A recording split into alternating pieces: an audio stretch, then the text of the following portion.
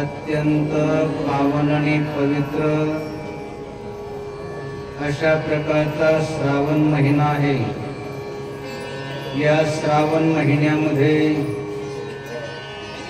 भगवान शिवाचे भक्त असेल, भगवान विष्णूचे भक्त असेल, पंचायतन देवतांना मानणारे जेही धर्मात्मा पुण्यात्मा असेल, या श्रावण महिन्याच्या निमित्तानं आपल्या गावामध्ये आपल्या भागामध्ये काहीतरी धार्मिक आयोजन प्रयोजन करतात आणि आपण तरुण जगाला तारण्याचा प्रयास करतात। आपल्या या आडगावच्या पंचक्रोशीमध्ये सुख करता आणि दुःख हरता, अमंगल करता अमंगल हरता आणि मंगल करता, रिद्धी सिद्धी बुद्धीचे दाता गणेश भगवान, त्या गणेश भगवंताच्या दरबारामध्ये धर्मात्मांनी पुण्यात्मांनी या ठिकाणी सत्संग प्रवचनाचं, प्रसादाचं, दानाचं, पुण्याचं जे आयोजन करण्यात आलेलं आहे, उद्देश हा आहे की आपलं धन तन मन आणि वाणी झाली पाहिजे। अशा प्रकारे आपल्या धनाला तनाला मनाला पवित्र वाणीला देखील पवित्र करण्यासाठी या सर्व धार्मिक आयोजन प्रयोजन केलेलं आहे। आपल्या सर्वांना माहित आहे की दानानं धन पवित्र होतं, सेवेनं तन पवित्र होतं, भगवंताच्या चिंतनानं स्मरणानं आपलं मन पवित्र होतं, भगवंताचं नाम असेल, श्लोक असेल, दुहा असेल, अभंग असेल तर त्याच्या उच्चारणानं आपली वाणी पवित्र होते। आपल्या धनाला तनाला मनाला पवित्र वाणीला देखील पवित्र करावं या पवित्र उद्देशानं आपल्या गावातील भागातील धर्मात्मांनी पुण्यात्मांनी या ठिकाणी या श्रावण महिन्यामध्ये गणेश भगवंताच्या दरबारामध्ये जे दानाचं पुण्याचं सत्संग प्रवचनाचं जे आयोजन करण्यात आले उद्देश आहे की आपलं धन तन मन आणि वाणी झाली पाहिजे। कामाधंद्याचे दिवस असताना देखील आपण देखील सर्व धर्मात्मा पुण्यात्मा या ठिकाणी भगवंताच्या दरबारामध्ये देवाच्या दरबारामध्ये देवासारखे शांत बसले आहात। उद्देश आहे की आपलं धन तन मन आणि वाणी झाली पाहिजे। आणि आपल्या धनाला तनाला मनाला पवित्र बांधल्या देखील पवित्र करण्यासाठी प्रत्येकानं एक दीर्घ श्वास घ्यायचा आहे. त्याच्यानंतर ओंकाराचं उच्चारण करायचंय. त्याच्यानंतर श्लोकाचं नामाचं अभंगाचं उच्चारण करायचंय की जेणेकरून आपली वाणी देखील पवित्र होऊन जाईल. म्हणून प्रत्येकानं परत एकदा दीर्घ श्वास घ्यायचा आहे आणि ओंकाराचं उच्चारण करायचं.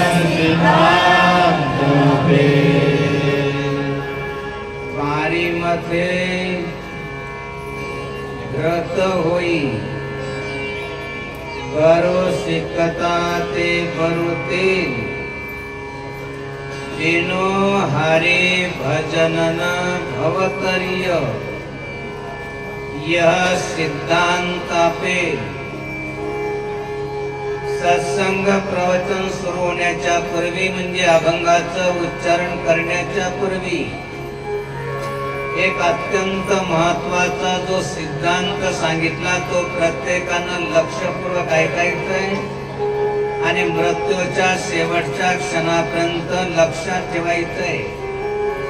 अजून एक लक्षात ठेवायचं की सिद्धांत तो जो असतो तो अटळ असतो, तो कधीच टळत नाही. जे ज्ञानी असतात, विवेकी असतात, धर्मात्मा असतात, पुण्यात्मा असतात, ते कथेमध्ये, कीर्तनामध्ये, प्रवचनामध्ये याच्यासाठी जातात की एखादा आम्हाला सिद्धांत ऐकायला मिळाला पाहिजे. अज्ञानी लोक कथेमध्ये, कीर्तनामध्ये, प्रवचनामध्ये जात नाही असं नाही, जातात अज्ञानी देखील. परंतु जे ज्ञानी जातात, विवेकी जातात, विचारीवाद जातात, धर्मात्मा जातात, पुण्यात्मा जातात, त्यांची इच्छा असते की आम्हाला एखादा सिद्धांत ऐकायला मिळाला पाहिजे, कारण सिद्धांत अटळ असतो. अज्ञानी सिद्धांत ऐकण्यामध्ये रुची असते असं नाही. काही काही जातात, त्यांची इच्छा असते की आम्हाला कथेमध्ये एखादी कथा ऐकायला मिळाली पाहिजे, एखादा विनोद ऐकायला पाहिजे, जेणेकरून आमचं थोडंसं मनोरंजन होईल. मनोरंजन करण्यासाठी कथा, कीर्तन, प्रवचन नसतं. आजकाल तर बरेचसे कथा, कीर्तन, प्रवचन जवळजवळ मनोरंजनासाठी म्हणजे विनोदाचारी आजकाल पुष्कळ निर्माण झालेले. त्यांचा उद्देश फक्त एक विनोद करायचा आणि अशा प्रकारे लोकांचं थोडंसं मनोरंजन करायचं. मनोरंजन करून घेण्यासाठी आपण आलेले नाही, आयोजने त्याच्यासाठी नाही आणि आम्ही त्याच्यासाठी आलेलो नाही. म्हणून एखादा सिद्धांत ऐकायला मिळाला पाहिजे. म्हणून आता जो सिद्धांत सांगितला तो लक्षपूर्वक ऐकायचा आहे. सिद्धांत हा आहे की बारीमध्ये घृत होई, पाण्याचं मंथन केल्यानंतर कदाचित त्याच्यापासून तूप निघेल, निघत नाही. ग्रामीण भागामध्ये तरी जास्त सांगण्याची आवश्यकता नाही. त्याच्यामुळं तूप कसं निघतं सर्वांना माहिती आहे, सांगण्याची जास्त आवश्यकता नाही. परंतु पाण्यापासून नाही, दुधापासून तूप मिळतं. कसं मिळतं आपल्याला माहिती आहे. तुपाला विरजण लावल्यानंतर त्याच्यापासून दही मिळतं, दही बनतं. दह्याचं मंथन केल्यानंतर त्याच्यापासून लोणी निघतं आणि लोण्याला तापवल्यानंतर त्याच्यापासून तूप निघतं, पाण्यापासून नाही. परंतु कदाचित शोध लावला शास्त्रज्ञांनी आणि समजा कदाचित पाण्यापासून तूप निघायला लागलं. बारीमध्ये घृत होई, घृत म्हणजे तूप. बरो शिकता ते बरो तेल. समजा वाळू घेतली आणि ती जात्यामध्ये दळली किंवा घाण्यामध्ये पिळली तर कदाचित तिच्यापासून तेल निघत नाही. घरी जाऊन करून बघा दोन्ही. म्हणजे पाण्यापासून तूप निघत नाही, वाळूपासून तेल निघत नाही. परंतु कदाचित असं झालं की पाण्यापासून तूप निघायला लागलं, वाळूपासून तेल निघायला लागलं. या अशक्य गोष्टी त्या शक्य झाल्या तरी परंतु एक अशक्य गोष्ट कधीच शक्य होणार नाही. कोणती?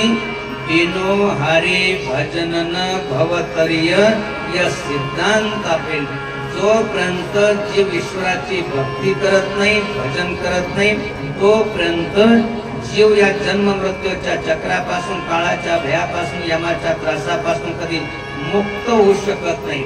म्हणून आपल्याला जर या संसार सागरापासून मुक्त व्हायचं असेल, जन्म मृत्यूच्या चक्रापासून, काळाच्या भयापासून, यमाच्या त्रासापासून मुक्त व्हायचं असेल तर त्याच्यासाठी एक आणि एकच उपाय, ती म्हणजे भगवंताची भक्ती केली पाहिजे. भगवंताचं रात्रंदिवस नामस्मरण केलं पाहिजे. म्हणून या ठिकाणी गणेश भगवंताच्या निमित्तानं या ठिकाणी आले. हा गणेश भगवंताचं अत्यंत पावन पवित्र या ठिकाणी मंदिर आहे. या त्यांच्या सानिध्यात आपण बसले आहात तर काय करा की थोडस भगवंताचं चिंतन करा, स्मरण करा, भजन करा. गजानना गजानना पार्वती नंदन गजानना गजानना गजानना पार्वती गजानना गजानना पार्वती नंदन गजानना गजानना गजानना पार्वती नंदन गजानना पार्वती नंदन गजानना पार्वती नंदन गजानना पार्वती नंदन गजानना गजानना गजानना पार्वती नंदन गजानना गजानना गजानना पार्वती नंदन गजानना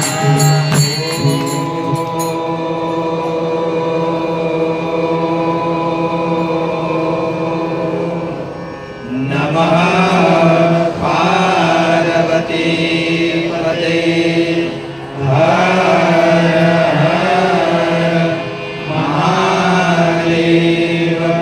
गोपाल कृष्ण भगवान की जय। श्री गुरुदेव दत्त दत्त दत्त। अलग निरंजन सद्गुरु जनार्दन स्वामी महाराज की जय।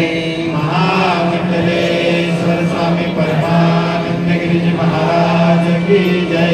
कुंडलिका वरदे हरि विठ्ठल।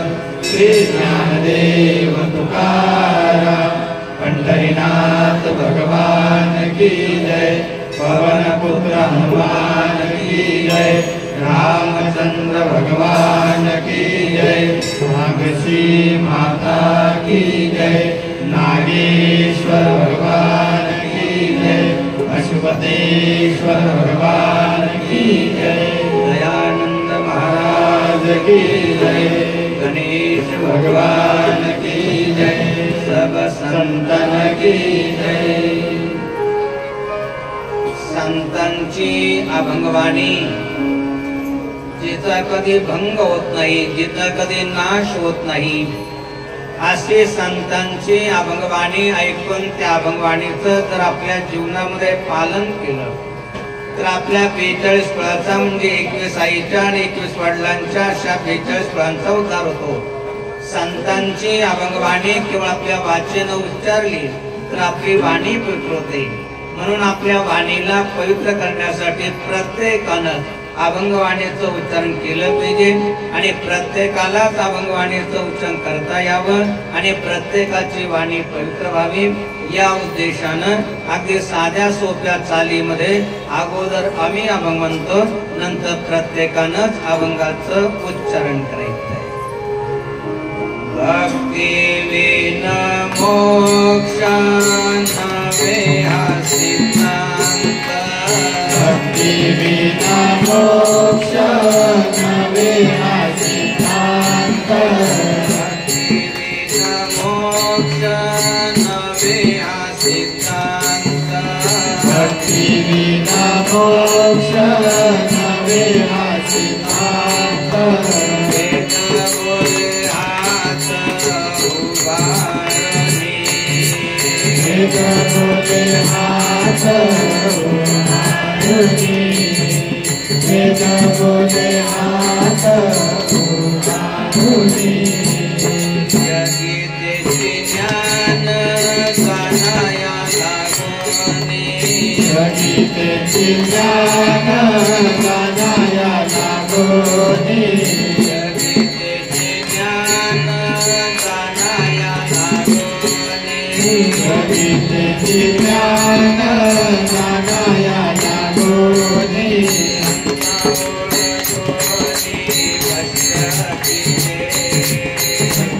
ओळखोनी वशतीजे। संता ओळखोनी वशतीजे।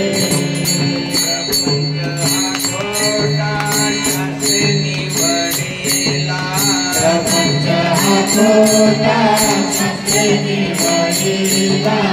प्रपंच हा खोटा शास्त्रे निवडिला।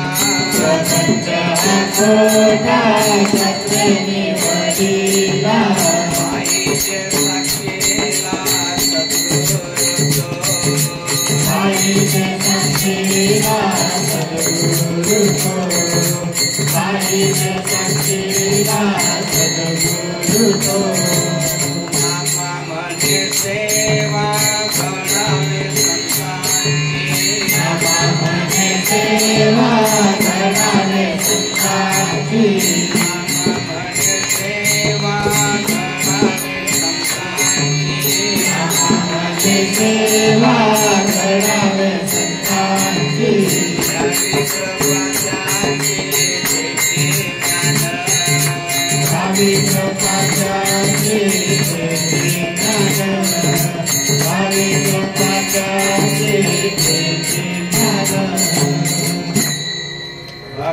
विन मोक्ष नवे हा सिद्धांत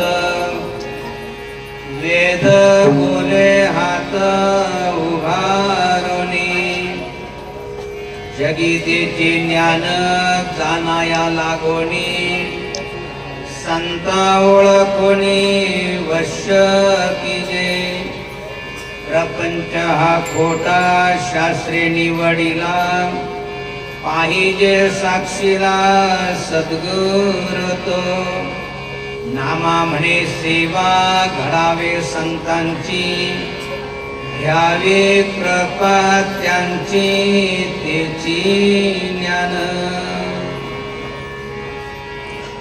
संत नामदेव महाराजांचा 4 चरणाचा हा अभंग तसा अभंग 4 चरणाचा आहे। या अभंगामध्ये जे शब्द आलेले त्या शब्दाचं जर शब्दशः वर्णन करायला लागलं तर कमीत कमी 5-6 घंटे तरी अगदी सहज लागतील। या अभंगामध्ये जे शब्द आलेले भक्ती शब्द आलेले मोक्ष शब्द आलेले सद्गुरु शब्द आलेले संसार शब्द आलेले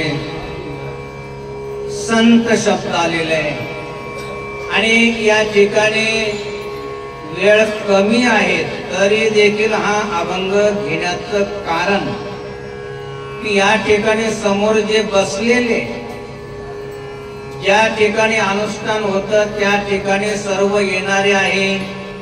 अनुष्ठानामध्ये भक्ती असेल सद्गुरु असेल संत असेल संसार असेल याच्याबद्दल जे 2-2.5-3 तासाचं प्रवचन होतं सर्वांना ऐकलेले आहे।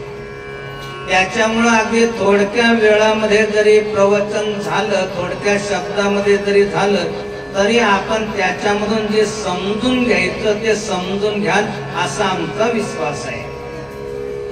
तर हा अभंग समजून घेण्याच्या पूर्वी थोडक्यामध्ये का होईना नामदेव महाराजांचं जीवन चरित्र एकदा समजून घ्यायचंय। जर नामदेव महाराजांचं जीवन चरित्र जर आपण समजून घेतलं तर अभंग समजून घेण्याला जास्त वेळ लागणार नाही, वेळ कमी आहे। नामदेव महाराजांचं जीवन चरित्र आपल्याला माहित असेल। ज्यावेळेस नामदेव महाराज अगदी छोटे होते बालावस्थेमध्ये होते त्यावेळेस एक दिवस आई म्हटले की नामा तुझे वडील आज गावाला गेलेले तेव्हा तू काय कर की नैवेद्य घे आणि दररोज तुझे वडील जसं भगवंताला नैवेद्य द्यायचे तसं आज तू घेऊन जा, तू भगवंताला नैवेद्य दे। नामदेव महाराज म्हटले नाही नाही मी नाही जात, मला लय भूक लागली, मला एकदा जीव घाल आणि नंतर मी जातो लागल्यास। परंतु आपली परंपरा आहे अजूनही बऱ्याचशा घरामध्ये ते टिकवल्या जाते की स्वयंपाक बनवल्यानंतर सर्वात पहिलं भगवंताला अर्पण करतात आणि तो अर्पण केल्यानंतर जो राहतो तो प्रसाद होतो। प्रसादे सर्व दुःखाना महाने रसोपजायते। ज्या घरामध्ये अजूनही परंपरा असेल बघा तिथं तिथं सुख आहे समाधान आहे शांतता आहे, जिथं बा समजा वाढलं की इकडं पंत इकडं खातर चालू आहे, ना भगवंताला ना नैवेद्य ना काही। म्हटले की मला भूक लागली, लहान मुलगा होता, म्हटले तुला जेवायला मिळणार नाही, तो किती रड का काय, परंतु जोपर्यंत भगवंताला नैवेद्य देत नाही तोपर्यंत तुला मिळणार नाही। नाविलाज झाला की आता भगवंताला नैवेद्य दिल्याशिवाय आपल्याला जेवायला मिळणार नाही। भूक तर खूप लागली, आईनं सांगितलं ऐकावंच लागेल कारण आई आपली प्रथम गुरु आहे, ते आईचं नाही ऐकणार तर पुन्हाच ऐकणार। आईची आज्ञा म्हणून गेले, तिथं गेल्यानंतर तिथं भगवंताच्या मंदिरामध्ये गेले, त्या ठिकाणी ताट ठेवलं नैवेद्याचं, म्हटले देवा घ्या लवकर जेवून, मला भूक लागली, जाऊ द्या लवकर घरी। परंतु ती मूर्ती दगडाची हल्ली नाही बोलली नाही काहीच नाही। मग परत विनंती केली की दररोज माझे वडील येत होते, तुम्हाला कसे जीव घालत होते, काय मंत्र म्हणत होते, मला काय माहित नाही. तर काय करा की आपलं दर्शन आपल्याला पाय पडतो, विनंती करतो की आपण काय करा की दर्शन त्या ठिकाणी ज्या माता मागे बसलेले ना, आता त्यांनी येऊन जायचं. इथं आहे जागा थोडीशी, अगोदर या म्हटलं तळस नाही आल्या, आता बरोबर त्यामध्ये आता माणसाला बसू द्या, ते बरेच तिथं माता मागे यामध्ये येता का दर्शन या इकडं. आता तरी सरकार दर्शन त्या सर्वांना जागा द्या. परंतु तरी भगवंत त्या ठिकाणी जसे ना तसेच. मग म्हटले आता शेवटी भूक लागली आणि भूक लागल्यानंतर मग काय करते, राग तर येतो. जसं माता माऊल्याने येतो ना, कधी कधी म्हणतात तुमच्या पुढे का डोकं पडू का असं म्हणता ना, तसंच नामदेवाची अवस्था झाली. म्हटले आता जेवता की तुमच्या पुढे डोकं फोडू, डोकं फोडू असं म्हणून वाकणार. तेवढ्यामध्ये भगवंत प्रगट झाले आणि प्रगट झाल्यानंतर जेवायला सुरुवात केली. जेवायला सुरुवात केली तर नामदेवानं हात धरला.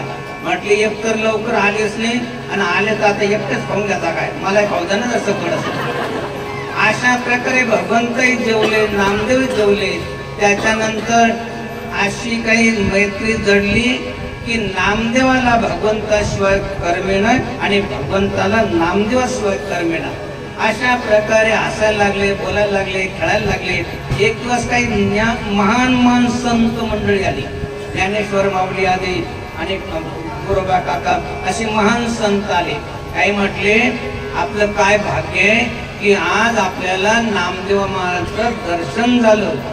काही म्हटले अरे आज कोणत्या जन्माचं पाडवं आलं आणि या नामदेवाचं तोंड पाण्याची आज पाळी आली.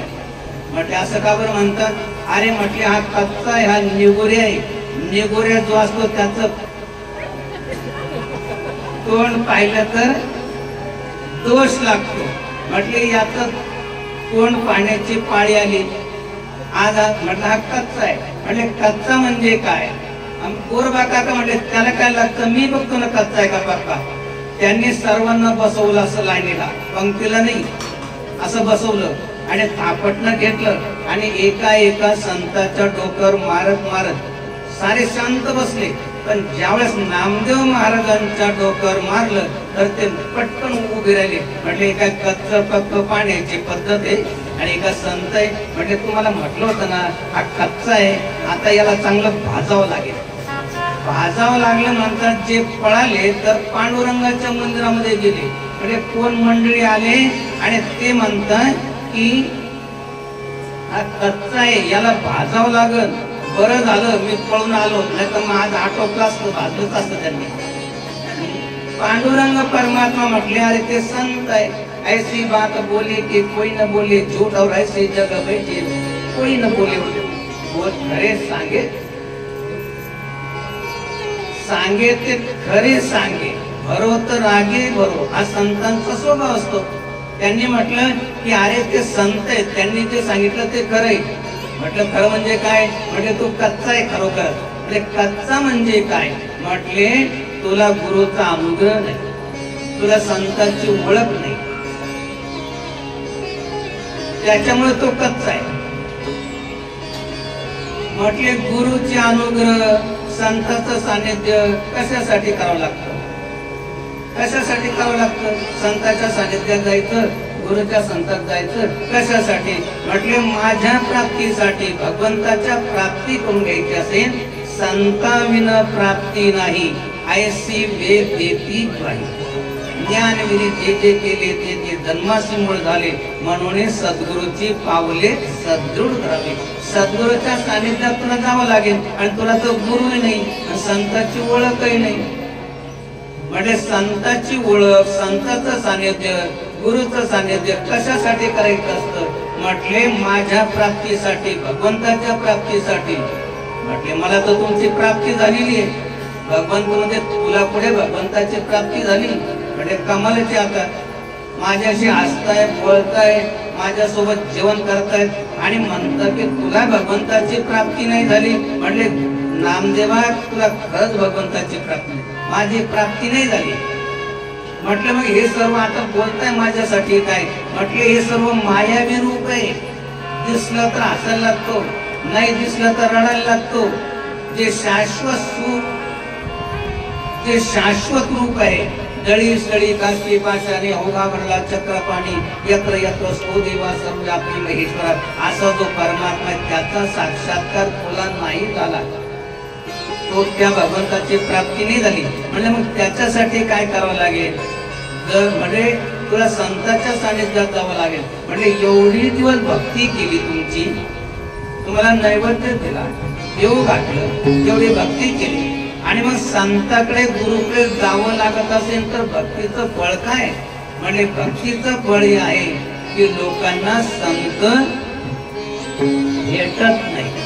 भेटले तर त्यांची ओळख होत नाही, ओळख झाली तर तिथं श्रद्धा बसत नाही, आणि श्रद्धा बसलीच तर मृत्यूच्या शेवटच्या क्षणापर्यंत ती टिकत नाही आणि आत्मा परमात्म्याचा काही लाभ होत नाही.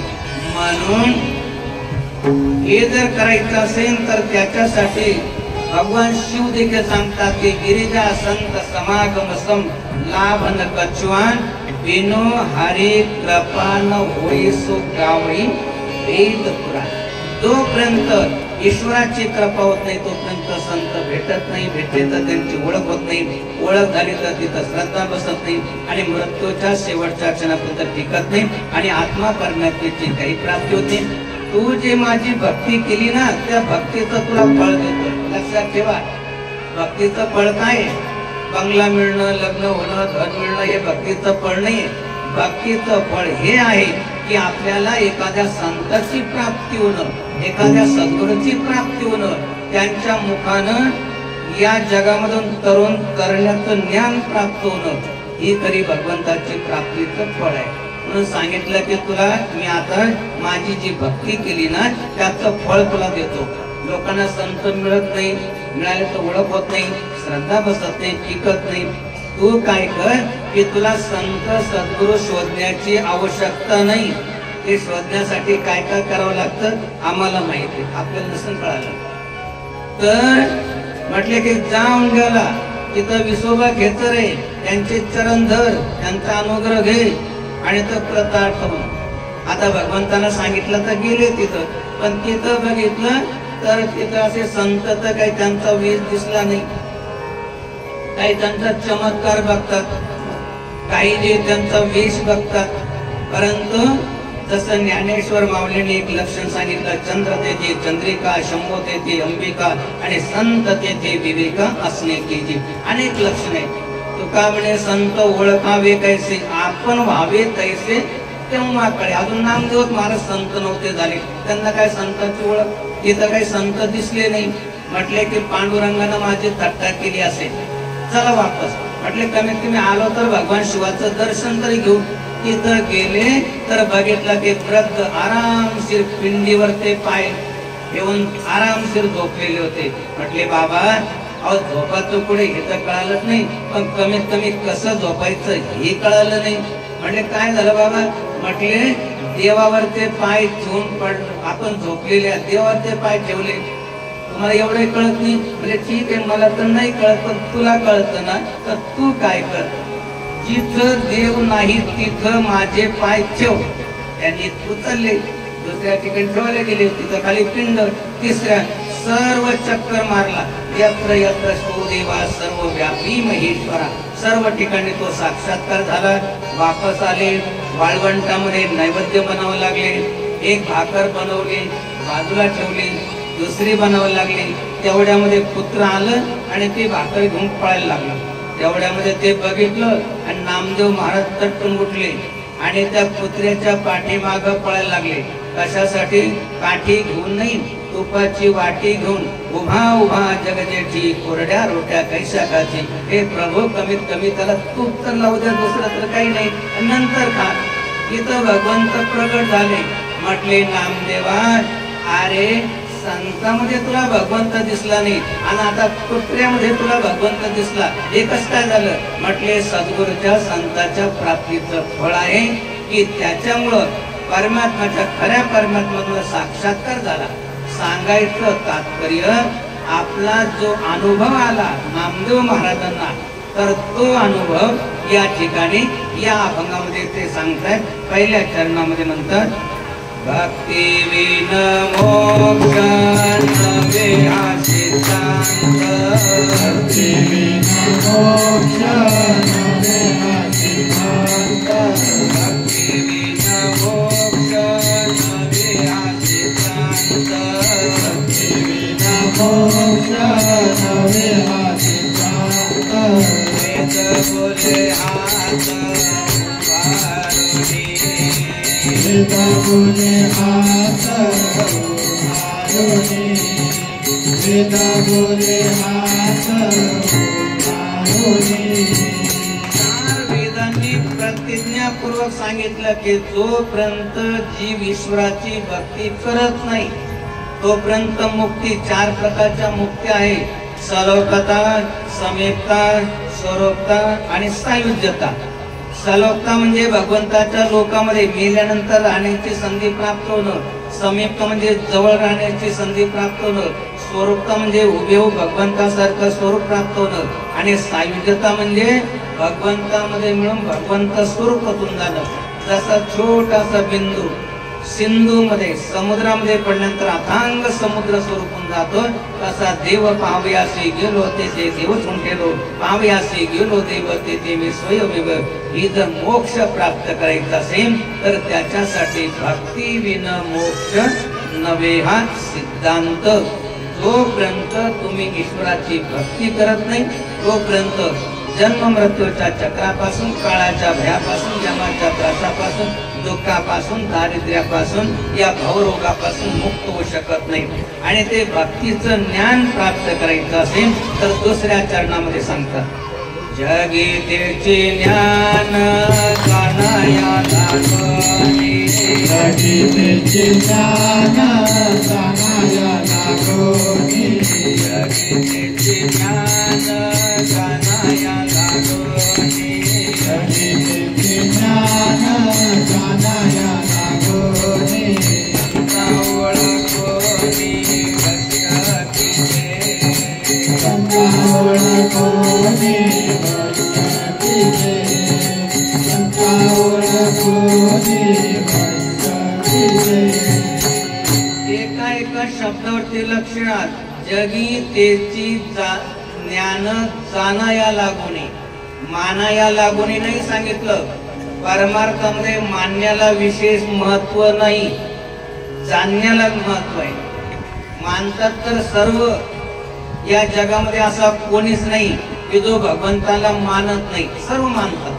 आता काय काय म्हणते नाही हो, काय काय आमच्या गावात एक आहे ना, न बोललेलं बरं, तो मानतच नाही, लयच नास्तिक आहे. त्याला जर म्हटलं चल मंदिरामध्ये, तो कशासाठी मंदिरात जायचं, तिथं का देव खायला जातो का, कशा जायचं मंदिरामध्ये. मग त्याला जर विचारलं कोण खायला देतो, तो मी खायला देतो, मी नांगरतो, वखरतो, पेरतो म्हणून मी खायला देतो, देव खायला देतो. अरे म्हटले नाही, पाहू जाता एक देव त्यांनी निर्मिले सर्व, अन्न पाणी तोची देतो, प्रेमे सर्व सांभाळतो, धर्मात्मा पुण्यात्मा आपल्या अनुभवाने सोनमण सांगतात. तो म्हणतो नाही, देवकडे खायला देतो, मी नांगरतो, वखरतो म्हणून खायला देतो. नास्तिक, देवाची निंदा करायचा, भक्ताची निंदा करायचा, संताची निंदा करायचा, असा तो महान निंदक एकही मत मिले, पापी मिले हजार, एक निंदक के शीस पर नाख पाप का भार. हजारो पापी मिळू द्या, काही आपलं नुकसान होणार नाही. वाल्यापणानं किती पाप केलं होतं, पण संताचं ऐकलं की सर्व सोडून दे, चांगला मार्ग धर, ते तर तरले त्यांच्या रामाने तरले. परंतु निंदक कधीच नाही. सीता मातेची निंदा करायला लागली, एवढे दिवस राहिली आणि ते का शुद्ध असेल का. अरे एकानं म्हटलं तिनं अग्नी परीक्षा दिली होती, तो म्हटलं मला पुढे बोलवलं होतं तर बघायला, आता याला बोलवायला जायचं होतं तिथं. निंदक एकही मत मिले, पापी मिले हजार, एक निंदक के शीस पर नाक. असं निंदा करायचं. एक वेळेस प्रचंड दुष्काळ पडला, अन्नानं म्हणजे पाण्याचा थेंब पडला नाही. तो गावामध्ये फिरत होता. एखाद्यानं विचारलं, करे तो सर्वांना खायला देतो, आज नांगराला वखराला नाही गेला. म्हटले जाऊन काय उपयोग आहे? म्हटले का बरं? म्हणजे पाऊसच पडला नाही. मग नांगरून वापरून काय? म्हणजे थोडासा पाडला. म्हणजे तो काय आपल्या हातात आहे, ते देवाच्या हातात आहे. मानलं का? पण जाणलं का? नाही. जगी तेची ज्ञान जाणाया लागोने, संता ओळखोने वश्य. लक्षात ठेवा, आपल्याला धनानं जे मिळतं ना त्याच्यापेक्षा अनंत पटीने मिळतं आशीर्वादानं. आणि आशीर्वाद आईचा, वडिलांचा, गुरुचा, संतांचा कसा मिळतो? त्यांना प्रसन्न करून घेतल्यानंतर. काही काहींनी दंडकाचा धाक दाखवतात, देतात माझ्या नावावर करून येतो, करतात नाही साहेब, ठेवतात नाही अंगोठा, का करून हाणू देतात. बिचारी तर काय करतात थकलेले. ती मिळन पण आशीर्वाद नाही मिळत. परंतु त्यांची संपत्ती काही नसली, केवळ त्यांचा आशीर्वाद द्या. आमच्या अनुभवानं सांगतो, काही जास्त आपल्या सांगण्याची आवश्यकता नाही. बरेच बसलेले इथं जन्म घेतात, तिथं काही नेलं होतं तिथं काही. गुरुच्या आश्रमातून बाबांना माहित आहे, अंगावरच्या वस्त्राने शीज निघालो, काही नाही. काय? फक्त त्यांचा आशीर्वाद पाहिजे संतांचा. आणि तो केव्हा मिळतो? संता ओळखोने वश्य कीजे, त्यांना प्रसन्न करून द्या. आणि अजून काय पाहिजे? भक्ती करायची असेल तर तिसऱ्या चरणामध्ये, प्रपंच हा खोटा शास्त्रे निवडिला, प्रपंच हा खोटा शास्त्रे निवडिला, प्रपंच हा खोटा शास्त्रे निवडिला, प्रपंच हा खोटा शास्त्रे निवडिला, पाहिजे साक्षीला पाहिजे साक्षीला सद्गुरू, पाहिजे साक्षीला सद्गुरू. भक्ती करून मुक्त व्हायचं असेल, जगी तेची ज्ञान जाणाया लागोने, संता ओळखोने वश्य कीजे, प्रपंच हा खोटा शास्त्रे निवडिला. दुसरा एक त्यांचा अभंग आहे नामदेव महाराजांचा. त्याच्यामध्ये ते म्हणतात, प्रपंच संसार कसा आहे? जळी बुड बोडे देखता देखता, जळी बुड बोडे देखता देखता,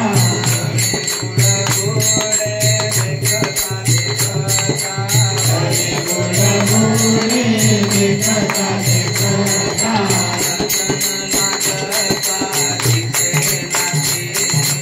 जनन मागता दिसे नाही, जनन मागता दिसे नाही. संसार पाहता पाहता, संसार पाहता पाहता, संसार पाहता पाहता, संसार पाहता पाहता, सकाळी हाता काही नाही, अंतकाळी हाता काही नाही, अंतकाळी हाता काही नाही. भक्ती करायची असेल तर त्याच्यासाठी संसार सोडणं सोपे. बरेचसे सोडतात, पण संसाराची आसक्ती सोडली पाहिजे. बरेच जण सोडतात, संसार सोडणं काही कठीण थोडंच आहे, पण संसाराची आसक्ती सोडणं कठीण आहे. त्याच्यासाठी संसार कळाला पाहिजे. प्रपंच हा खोटा शास्त्रे निवडिला, जळी बुडा बुडे देखता देखता, क्षण न लागता दिसे नाती, तैसा हा संसार पाहता पाहता, अंत काळी हातात काही नाही. बघा, पाणी वाहत राहतं, कितीतरी बुडबुडे निर्माण होतात.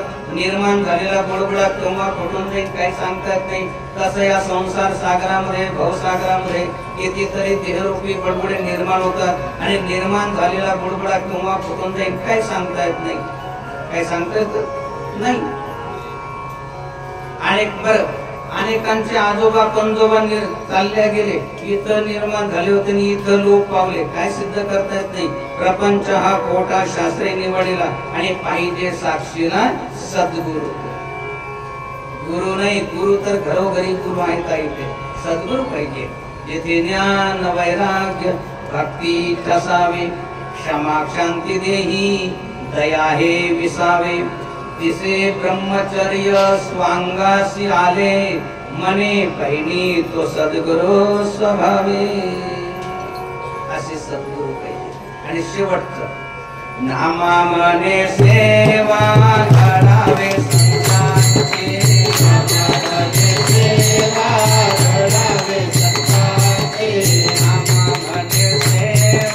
घडावे संतांची, नामा मने सेवा घडावे संतांची, नामा मने सेवा घडावे संतांची. घ्यावी कृपा त्यांची देती ज्ञान, घ्यावी कृपा त्यांची देती ज्ञान, घ्यावी कृपा त्यांची देती ज्ञान.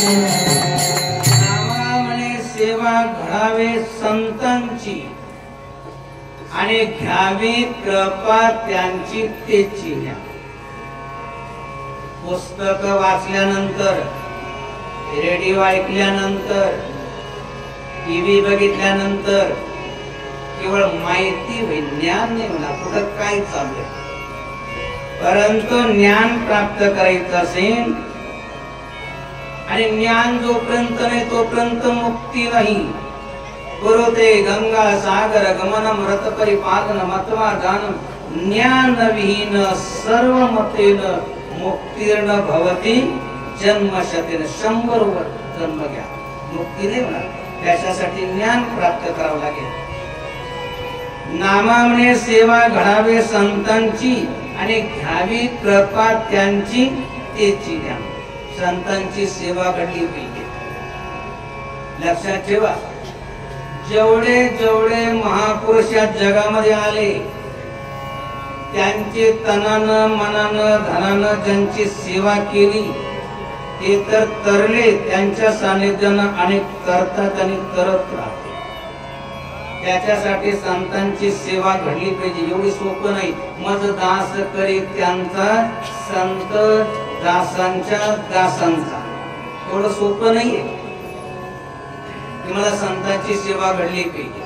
नामा म्हणे सेवा घडावी संतांची, घ्यावी कृपा त्यांची तेची ज्ञान. म्हणून म्हणतात काही माहित काही संतांना की एवढी सोपं नाही संतांची सेवा घडणं.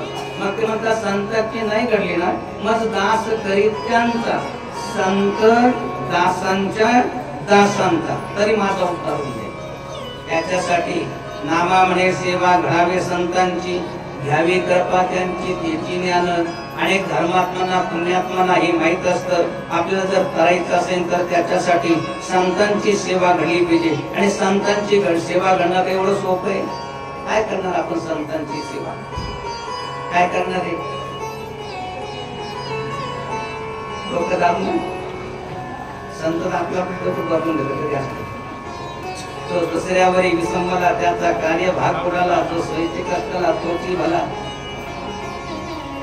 काय आपण म्हणजे एखाद्या वेळी जीव घालू, लग्न मुहूर्ती जाऊ नये, पोटासाठी गाऊ नये, मोठे कीर्तन करू नये, कुठे तरी नाही, ती नाही. पण संतांची सेवा तरी घडली पाहिजे. बघा, एवढे सद्गुरु जनार्दन स्वामी महाराजांचे एवढे शिष्य झाले, एवढी ज्ञानाची प्राप्ती झाली. त्यांनी काय करून घेतलं? सेवा करून घेतली. कशी केली? काय ते आहे त्या काळात माहिती. बरेच म्हणतात आम्हाला जे ना बाबांची सेवा घडली. म्हणजे काय सेवा घडली? एकदा गेलतो, बसलेले होते, ते म्हटले तो दगड उचलून तिकडे टाक. असं व्हायचं कधी कधी. पण त्याला कृतार्थ वाटायचं की मला एक दगड उचलायला सांगितलं. नंतर दुसरा आला का त्याला म्हणायचे तो दगड उचल आणि इकडे टाक. सेवा तर घडली पाहिजे. नामा म्हणे सेवा घडावी संतांची, घ्यावी कृपा त्यांची तेची ज्ञान. संतांची सेवा काहीतरी घडली पाहिजे. आणि या दृष्टीनं प्रत्यक्ष नाही अप्रत्यक्ष संतांची सेवा घडली पाहिजे. मग संतांनी जी आपल्याला सेवा दिली असेल, मग ती संतांची सेवा आहे. जसं भांगशी मातेच्या गडाजवळ जवळजवळ 50, आपल्याला जास्त सांगण्याची आवश्यकता नाही, जवळजवळ 50 एकराचं क्षेत्र त्या ठिकाणी झालेले. 400-450 विद्यार्थी त्या ठिकाणी गुरुकुलामध्ये शिकतायत. त्यांना कसल्या प्रकारचं व्यसन असू नये याच्यासाठी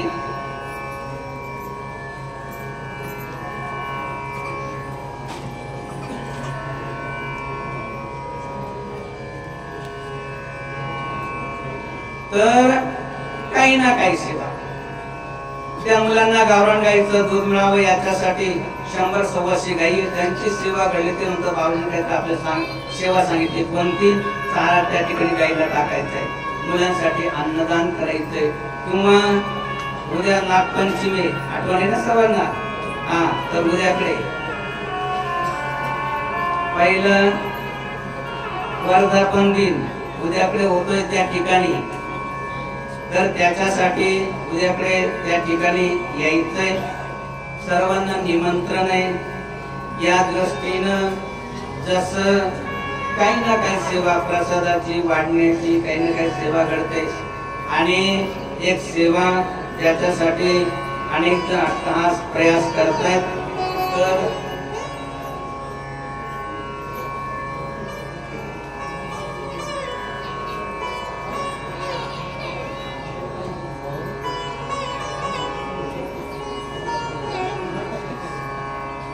तर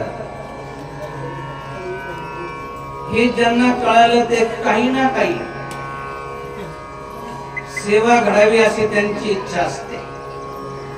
म्हणून आपल्या जवळच अनुष्ठान झालं. तारीख माहिती कोणती? 10 मे अक्षय तृतीया. छोटस गाव आहे सोनाप्पावाडी. मिरवणूक निघली तिकडून रस्त्याने गेली, परत रस्त्यात आली, मंदिराजवळ गेली, इथे आली. तर त्या ठिकाणी बरेच जण आग्रह लागला की तुमच्यासाठी काहीतरी करायचं आहे. मरो पर मागू नये आपणे तनके काच. आतापर्यंत मागितलं नाही, आता काही जास्त दिवस शिल्लक राहिले नाही, मागायचा काही प्रश्नच नाही.